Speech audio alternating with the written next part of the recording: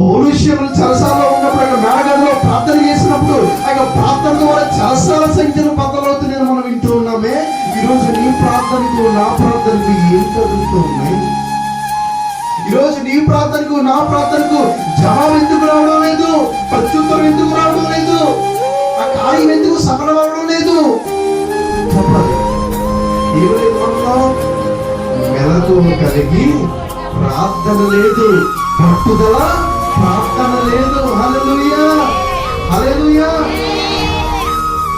ఈరోజు మనకి జీవితంలో దేవుని కార్యాలు చూడాలనుకుంటే, ఆశ్చర్య కార్యాలు చూడాలనుకుంటే, అద్భుత కార్యాలు చూడాలి అనుకుంటే కనుక మనం ఏ విధమైన ప్రార్థన చేయాలి? ఈరోజు మెలకువ కలిగి ప్రార్థన చేయాలి.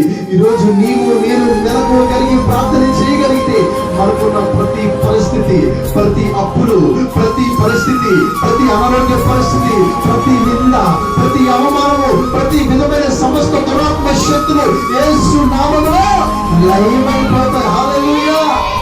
ఇవన్నీ జరగాలంటే మొదటిగా మనం ఏం చేయాలి?